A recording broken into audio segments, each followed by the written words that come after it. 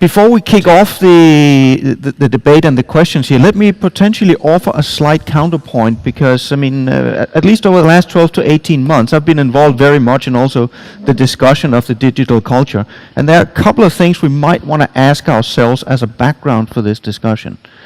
Those questions would be, for example, are we debating more from myth than from reality? Very practical thing. We keep telling ourselves, this is a conservative industry. We don't really want to change. But think that one through. I mean, at least me personally, I find it very, very difficult to see when is the last time I've spoken to somebody in this industry and it struck me, this guy or this girl really don't want to change. That happens extremely rarely. I can't come up with any examples of that. What I can come up with examples of are knowledgeable people that have some very practical questions in terms of how do we actually do this. But conservatism for the sake of not wanting to become digital, I'm not quite finding it. So are we debating from maybe the wrong viewpoint in that one? The second one, and again, that's maybe also to provoke the panel here a bit, are we going to be digitally disrupted? Really? I mean, let's look at it. Look at the shipping industry over the last 100 years. Every single time there has been new innovations, be that mechanical, be that on engines, be that on hulls, be that on communication technology, every single time the industry has actually adopted that fairly quickly. So is it really true we have a problem with changing this time around? And the third thing, before I hand it over to the questions here, is also, let's contemplate this. We also tend to sometimes talk from that we seem to be in a unique period of time. It's called many things. It's called, we live in exponential times, or we're approaching the singularity, and it has a lot of different names. But again, let's ask ourselves, is that really true? I mean, let's go back 100 years. Look at 1900 to 1920.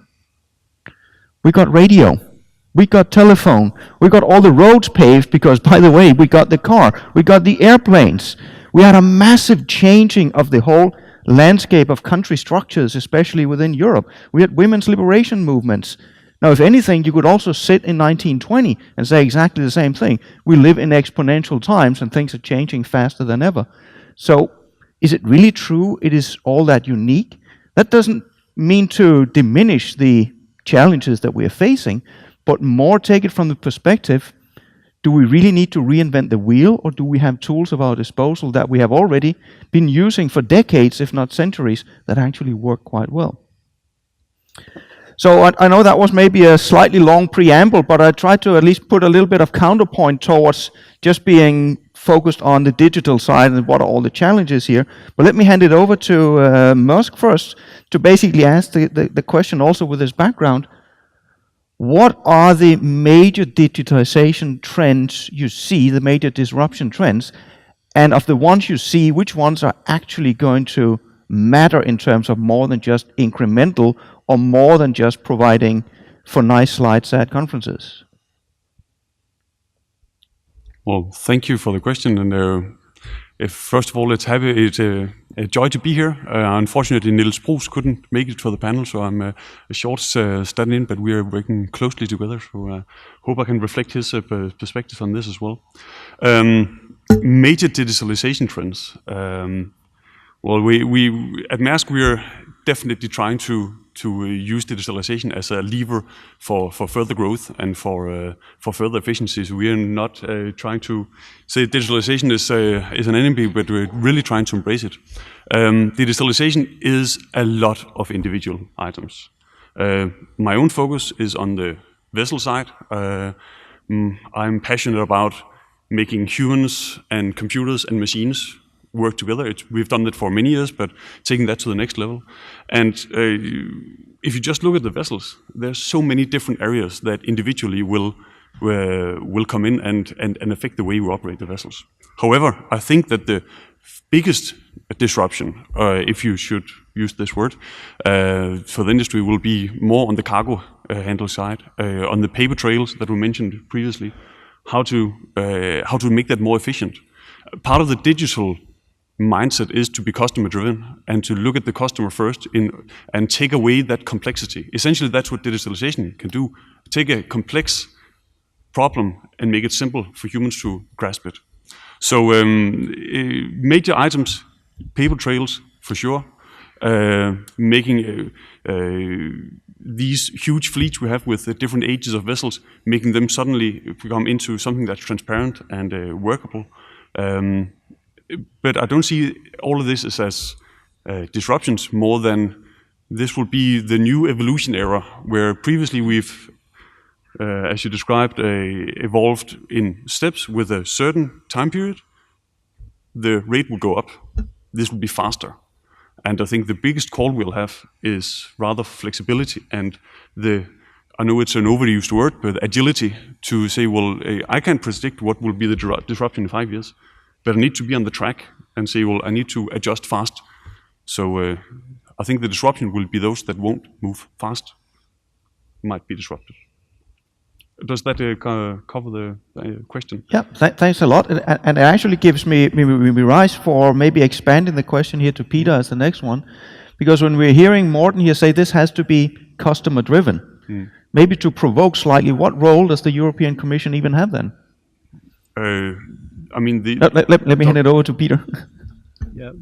Certainly, we understand that digitalization has got a tremendous role to improve the efficiency. I can quote some figures back to you which link to discussions that we're having on the developing of a common European single window for cargo manifests to improve the efficiency of reporting, where there is a multiplicity of reporting across Europe and documents that operators are having to fill in.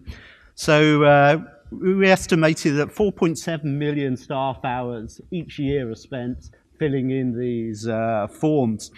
And that if you take the first 10 years of this millennium from 2000, there was some 22 million staff hours at a cost exceeding 62 million euros.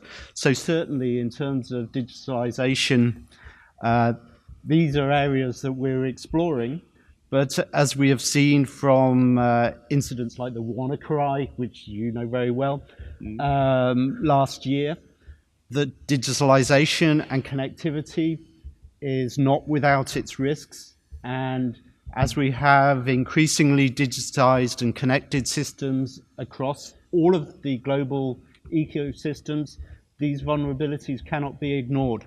And this requires, at some extent, a centralized approach as well, I think. Yeah, no, very valid point. I mean, a centralized approach, yes, that will help on also gaining standardization that allows solutions to be leveraged. That's a fair point. But that actually leads me to a segue into to then Mogens and say, well, if it is a matter of getting standardization at the EU or even at the global level, that's all well and fine. But is there then even a role in this digitization for example, the Danish maritime authorities or any national maritime authority at all? Isn't that, in quotation marks, then only a matter of implementing what is being decided elsewhere? Or in this digitization process, what role does national maritime authorities play, or should they play?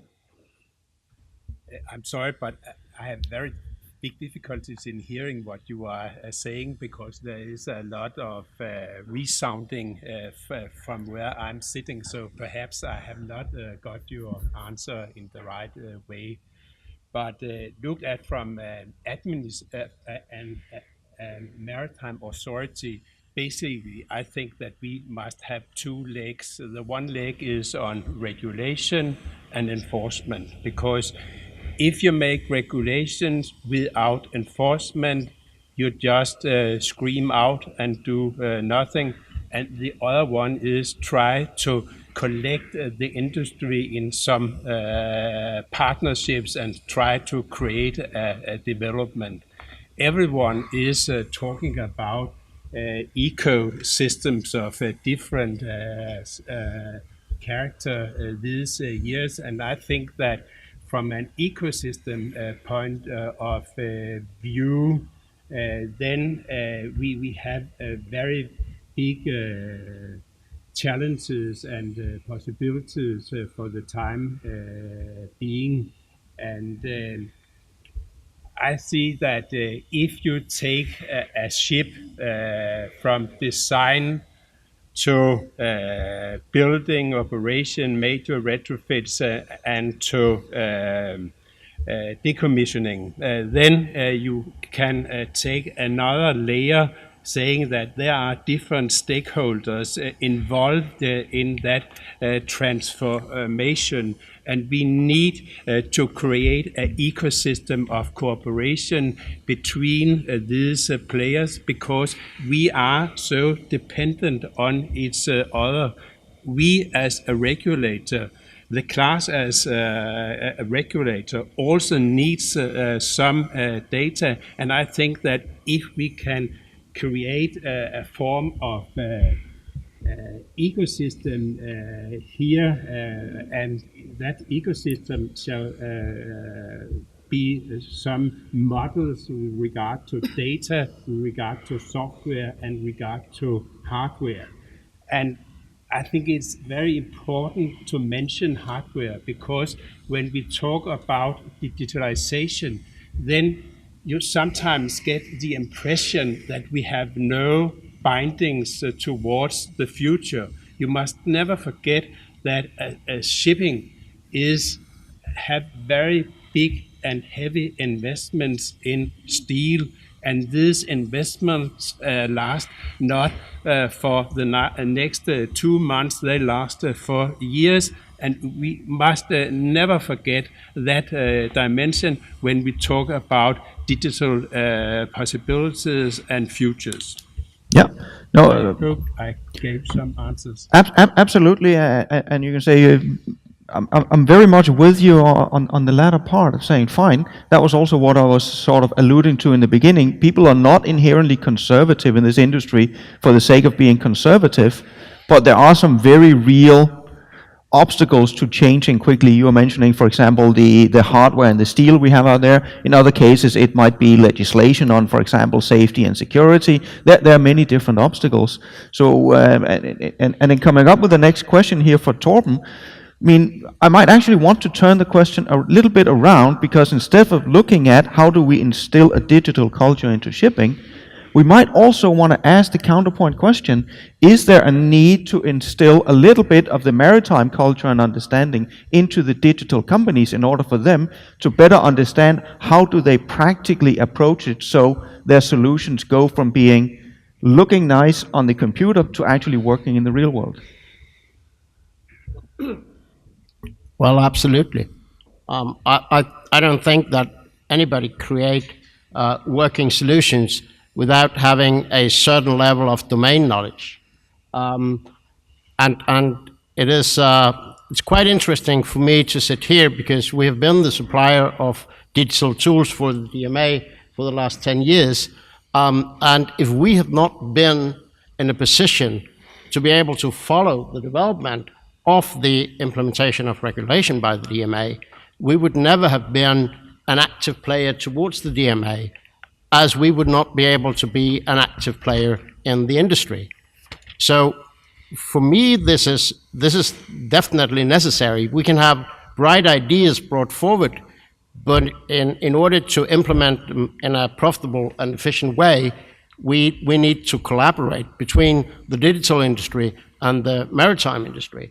And if we don't, we won't instill digitalization anywhere. But just to also point at an earlier question, I don't think necessarily that the disruption of the maritime sector or the shipping industry comes from the outside. I actually think that this disruption is very likely to come from the inside, from the industry itself, because you are benefiting from the fact that you do need carriers to ship. Everybody knows that investing in vessels, investing in carriers is very expensive.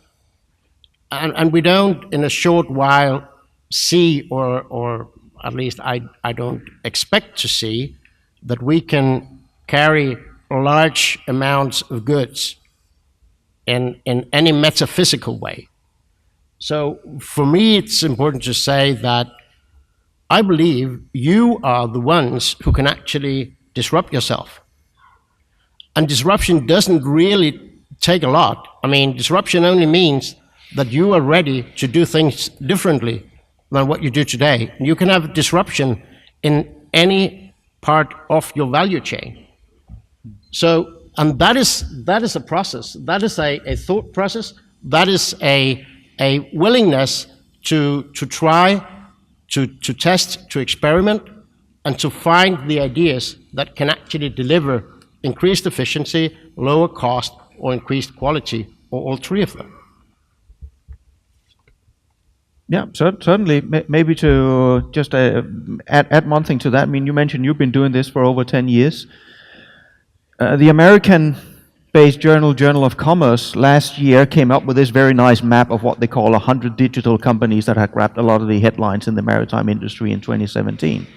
And if you go through all of those 100, thinking that, okay, these are all the new digital upstarts, you will be sorely disappointed.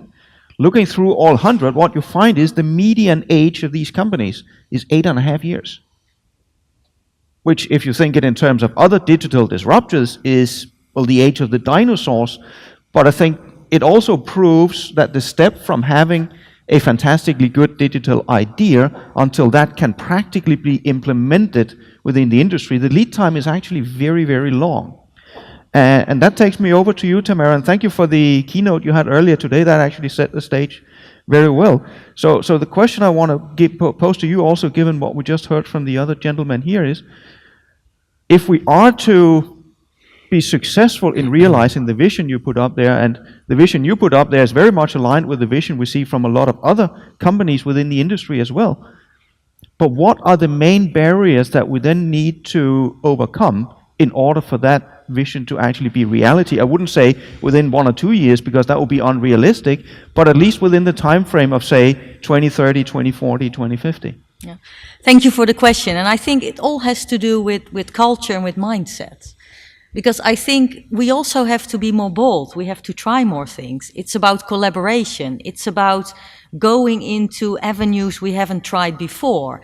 And I think there we can learn from other industries and reach out and try to see what we could copy or tweak for our marine industry to try it.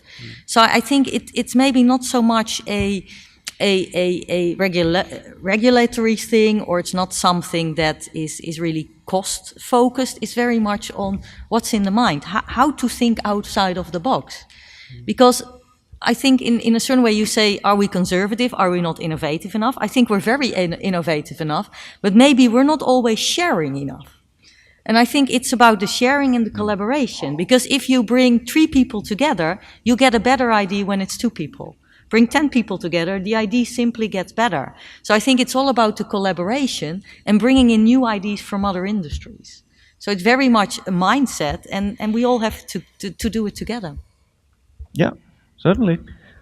Now we can see there's also good questions now coming in from the audience, and please keep the questions coming. But maybe let's give one of them to you first, Morten, because you were talking about a lot of the new digital tools that you're developing, especially for the vessels. And one of the questions up here is, how do you think the seafarers can adapt their jobs and contribute to this transition? Well, certainly there's a lot of skepticism around the world on how that will look in the future. We see the digital journey as something that is sustaining and is there for the seafarers, not to take away anything.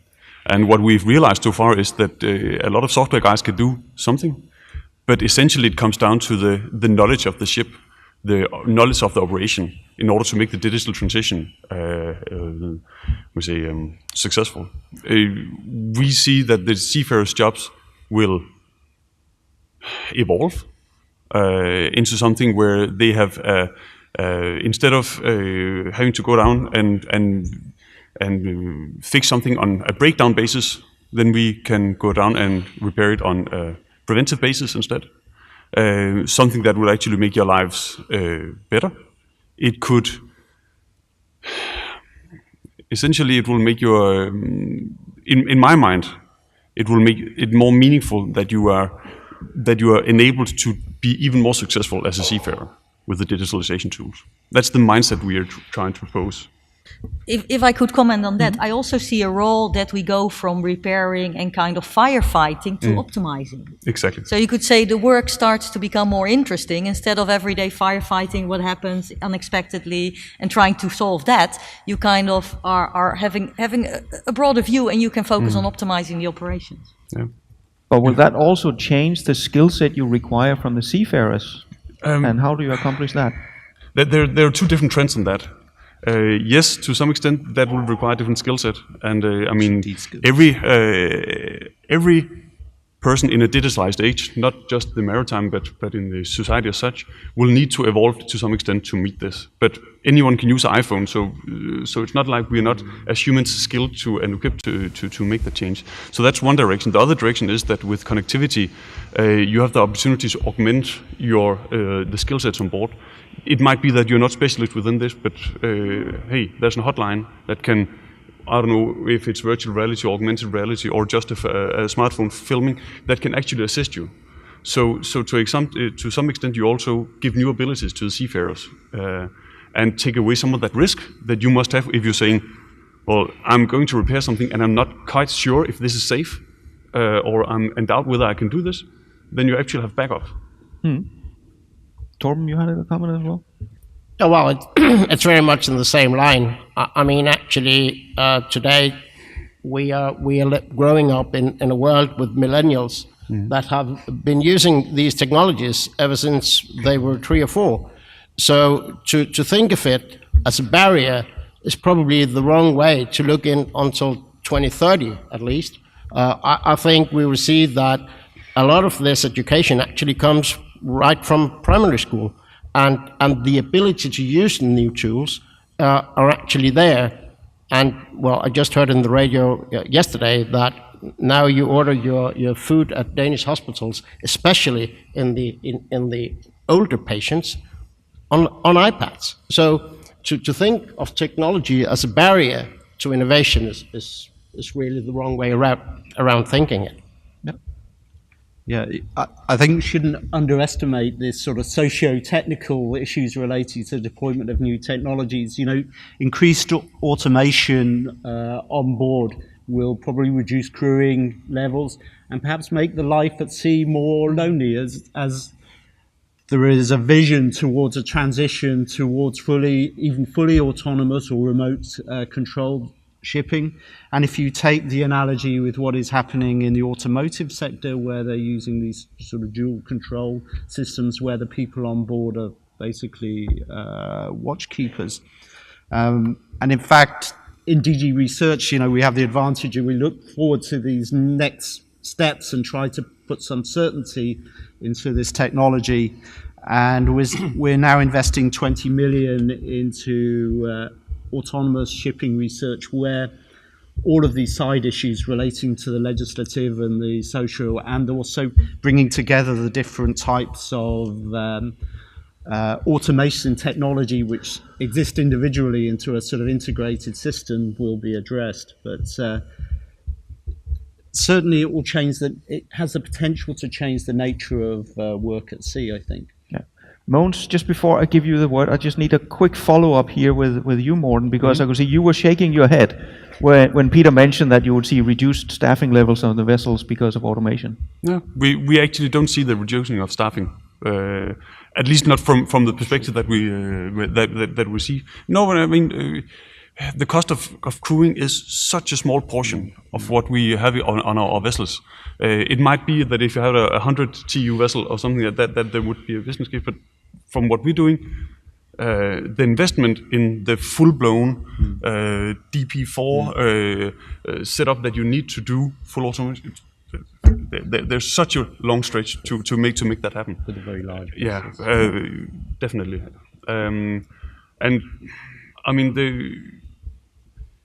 sometimes we feel that the journey that we're heading towards is being blocked by the discussion of this is going to be autonomous, it's going to be no-manned.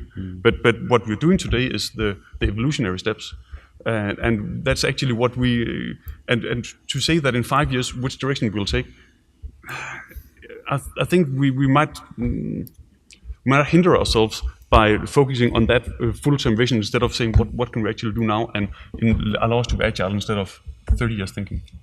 I kind of agree with that, because Yes. I think it's when you talk about these kind of things like autonomous people really get this kind of like a horror vision of the future. No one has a job. Kind of it's. I saw on the questions it's hijacked piracy. So could this be used for a terrorist attack, etc. But as you said, it's very evolutionary. So it's really difficult to predict where we are 5 years, 10 years down the line. And I think we also have to make sure that we deal with the socio-economic, that we kind of also give people a feeling that this is something that could be the dot on the horizon, but the horizon is still very far away. So let's not be kind of be scared for what we can't predict yet. Mogens, sorry for putting you on hold, but back to you. No problem. But with regard to the crew, I see that we need a form of competence transformation with regard to crew, because automation and autonomy, I'm not talking about unmanned ship here, will create a whole new level of operating ways. And I think there will be a shift between what's happening on board the ship, onshore, and also think there will be very big changes within the shore-based parts of the ship-owning companies, because they will need to have access to very specialized knowledge, as was demonstrated by Wartsila in the beginning. So we are in a transformation area, so to say, and we must try to handle it in a proper way. Now I forget what. My problem here is that we have the old ships. From an operational and technical part of view, they will not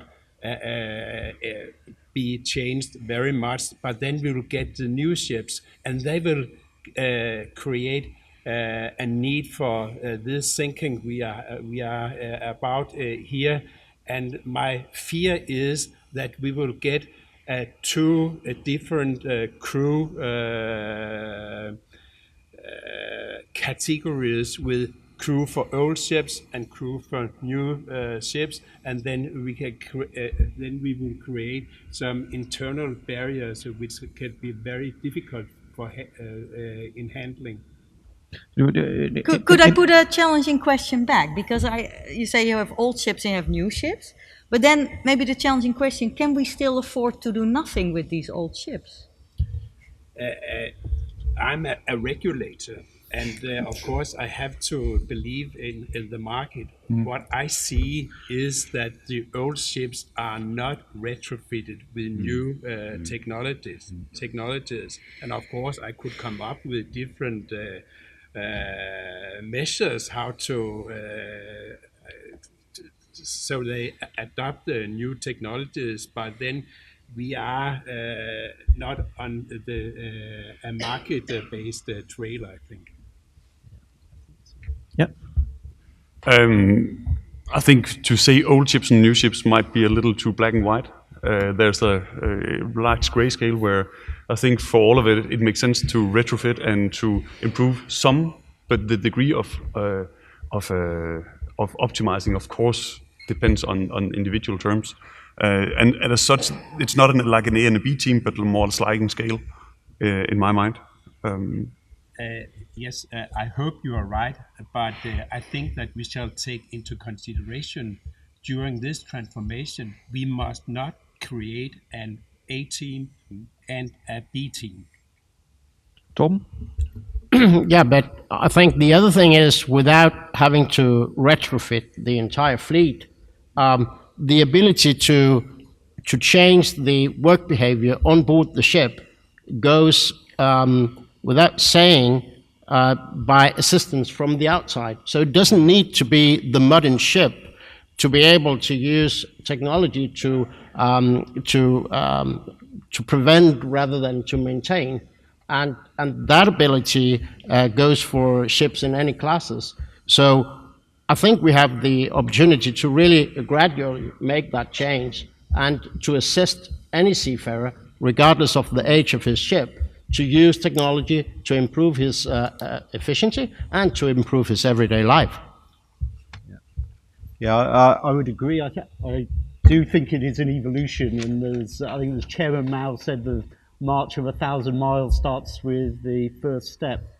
And also for the retrofit technology, there will be some types of digital systems that you will be able to retrofit onto existing ships if the owners operators are investing in their fleet.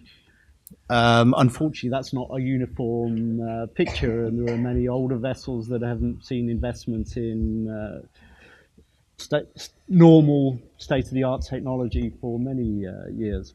Yeah. Let's go over to a few more of the questions that we have come in from the audience, and please keep some more questions coming up. But now we've been talking a bit about, you started off, Tamara, in your keynote, talking about what are all the possibilities. We've talked a little bit about what is this whole digital culture, what is the impact on some of the crew. What we haven't talked about yet is what are some of the new risks that this is also going to introduce.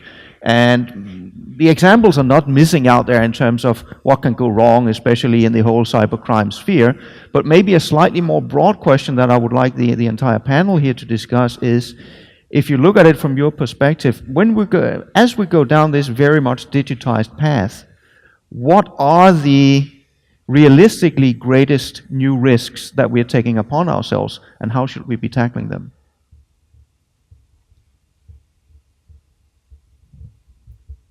Oh, that shot all 5 of them up. I'll try a little. I think that public perception is a very big risk. We learned yesterday, I think it was, that an Uber car had killed a person. Okay, you need to get closer to the microphone.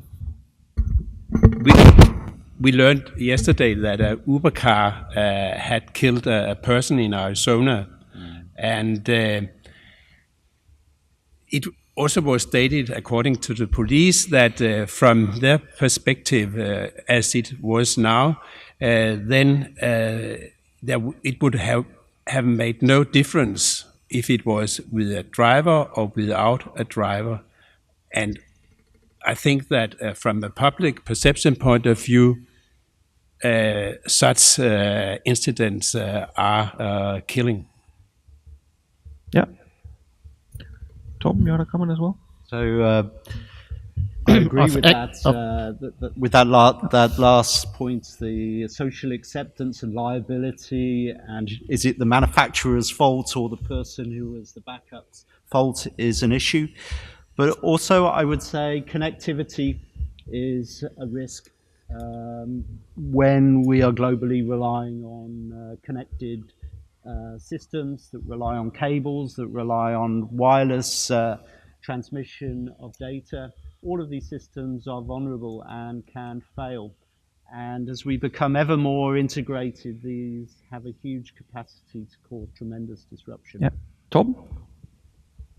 Well, I think it goes without saying that we cannot introduce systems that are 100% bulletproof. But I would actually like to point at what I personally think is a larger risk, and that is that we allow seafarers to sail around with the discharge book, using it as a passport. And the means you need to get a discharge book is a photocopy of a passport. I mean, how easy is it to falsify that?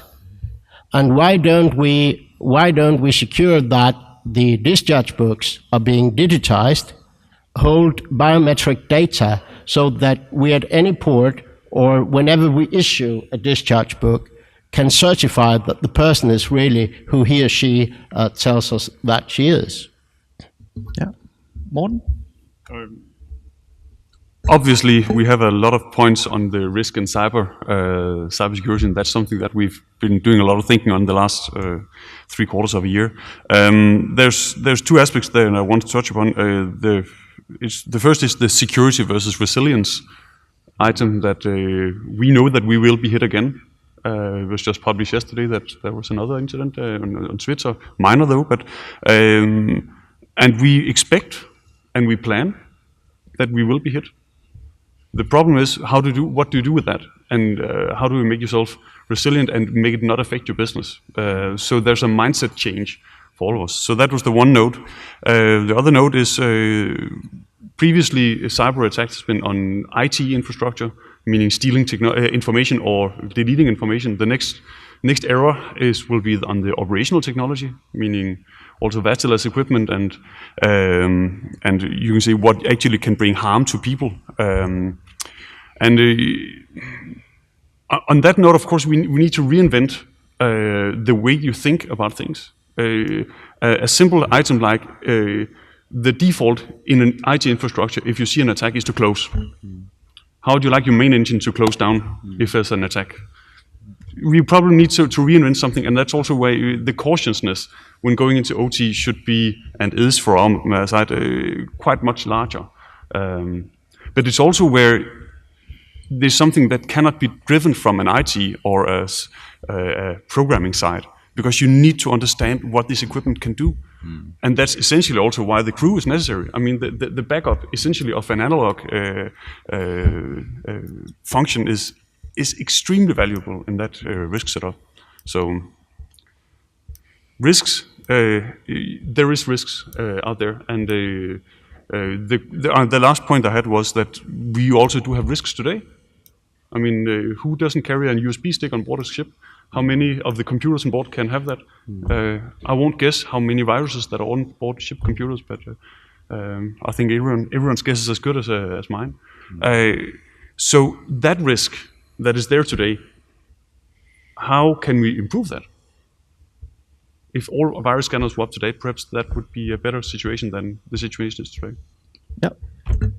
Now we are if I could comment on that as well, and I think I fully agree with what you said, because I think there are risks today, and I think the whole challenge is then it's public perception, because today, if you mentioned the example with the passport, if it would be digital, and someone else could go on board of the ship and also do something bad if he's in a bad mood.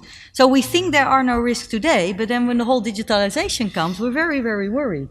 So I think it's probably more the fear of the unknown rather than a real fear, because today it's also a risk. And the example you mentioned with Uber, I heard there was already some study that if we would probably go to at least self-driving cars, the accidents will be less than with drivers, but it will not go to zero. And we have to accept that. Yeah. Now, as we are running out of time, I just want a quick round with one of the questions up here. Basically, the first one that's up on this screen now. What I want is a quick answer from each of you in terms of, if you look over the next 3 years, what is the one digital trend or digital technology that will make the largest impact on the maritime industry? Torben, you want to kick off? Oh, definitely. Thank you. Well, I think it's very hard to say one without saying another, but I definitely think that machine learning and artificial intelligence will impact shipping industry, and actually in any possible way, both when we're talking about load planning, when we're talking about maintenance of vessels, when we're talking about embarking. So I think here we have one or two technologies that together can form a real transformational power to the industry. Tamara? Yeah, it's not very, you could say, original, but I kind of fully agree. So. That was easy. Morten? I could join the same choir, but I'd like to add and not to promote the blockchain collaboration we have with IBM, but the digitalization of documents for me is probably the biggest the biggest transformation I see. On the vessel side, I kind of agree, even though you could be a little more specific and say that, of course, route planning tools will probably be widespread if you take a step down. But yeah. Peter? I'll see something slightly different. Big data, I think, fusing together the multiplicity of huge data sources that we have now in a smart and integrated way. I think you can do amazing things if you use that information. Mogens? Impacting, for me, it has something to do with real life experience.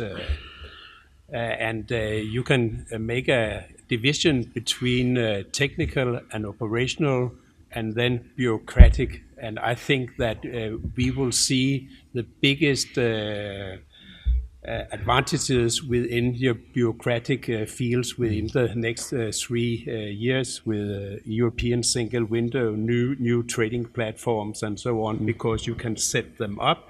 The big issue, the big question is, how can they reach volume?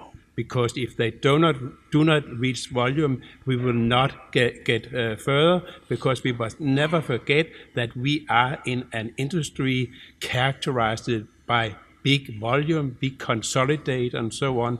That's our mission, so to say. Thanks, Mogens. Let me finish off with just one slight comment on this one as well. I was fortunate enough to be at a port automation conference last week, and the one statement I got away with from that one, I think, was extremely interesting now that we are talking about digital trends in shipping and how can shipping change, was from the CEO of Yieldport Holdings, which is one of the largest terminal operating companies in the world. He was coming on stage on also a session about, in this case, artificial intelligence. And he started out saying something, again, slightly provocative. He basically said, I'm not going to buy artificial intelligence. Period. I'm not going to buy it. What I will buy is a solution that solves my problems. Now, whether you use AI or any other tool, I frankly don't care. Come to me with a solution. And then we're back to what we also touched upon here. It's not necessarily only the maritime industry that needs more of a digital culture. A lot of the digital companies could also do well in adopting the practical view of saying, well, yes, we are in love with the tech, we are good at developing the tech, but what is the practical problem we are solving? Otherwise, we will never get anywhere. But please join me in thanking the panel for a very good discussion. Do you have a